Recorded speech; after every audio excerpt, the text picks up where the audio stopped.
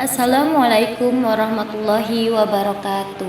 Apa kabarnya anak-anak hari ini? Semoga kalian semua di rumah dalam keadaan sehat walafiat ya. Di sini Ibu akan memberikan materi bab terakhir dalam pembelajaran pendidikan agama Islam, yaitu tentang kisah keteladanan Nabi Muhammad SAW. Pasti kalian tidak sabar kan ingin mendengarkan materinya? Mari kita saksikan bersama-sama ya. Anak-anak, yang pertama Ibu akan menjelaskan terlebih dahulu tentang peristiwa sebelum kelahiran Nabi Muhammad SAW. Pada tahun kelahiran Nabi Muhammad, penguasa negeri Habasyah yang bernama Abraha hendak menghancurkan Ka'bah dengan pasukan gajah. Namun, ketika pasukan gajah hendak merobohkan Ka'bah, Allah segera mengirim burung ababil yang membawa batu panas untuk dilemparkan kepada pasukan gajah tersebut. Akhirnya, seluruh pasukan gajah yang dipimpin oleh Abraha pun mati. Maka dari itu, tahun kelahiran Nabi Muhammad disebut juga dengan tahun gajah. Selanjutnya yaitu tentang kelahiran Nabi Muhammad SAW. Nabi Muhammad dilahirkan di kota Mekah pada hari Senin tanggal 12 Rabiul Awal. Ayah Nabi Muhammad yaitu Abdullah dan ibunya bernama Aminah.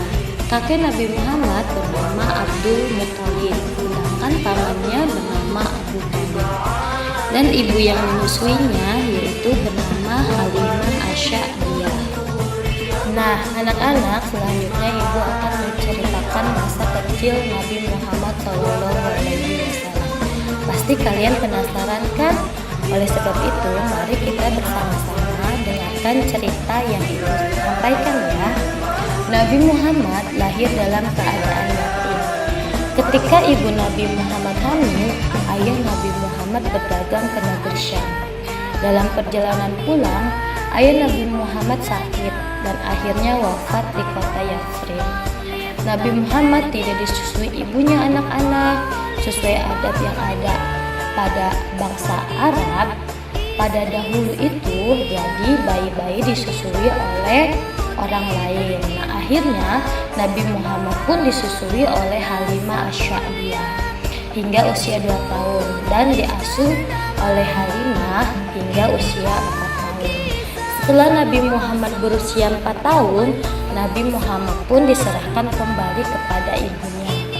Pada usia 6 tahun, Nabi Muhammad diajak ibunya berziarah ke makam ayahnya di Yathrib. Dalam perjalanan pulang ke kota Mekah, ibunya mengalami sakit dan akhirnya ibu Nabi Muhammad pun wafat. Ibu Nabi Muhammad dimakamkan di Abwa. Sepeninggal ibunya, Nabi Muhammad diasuh oleh kakeknya yang bernama Abdul Muthalib. Ketika Muhammad hampir berusia 8 tahun, kakeknya pun wafat. Kemudian, sepeninggal kakeknya, Nabi Muhammad pun diasuh oleh pamannya yang bernama Abu Thalib.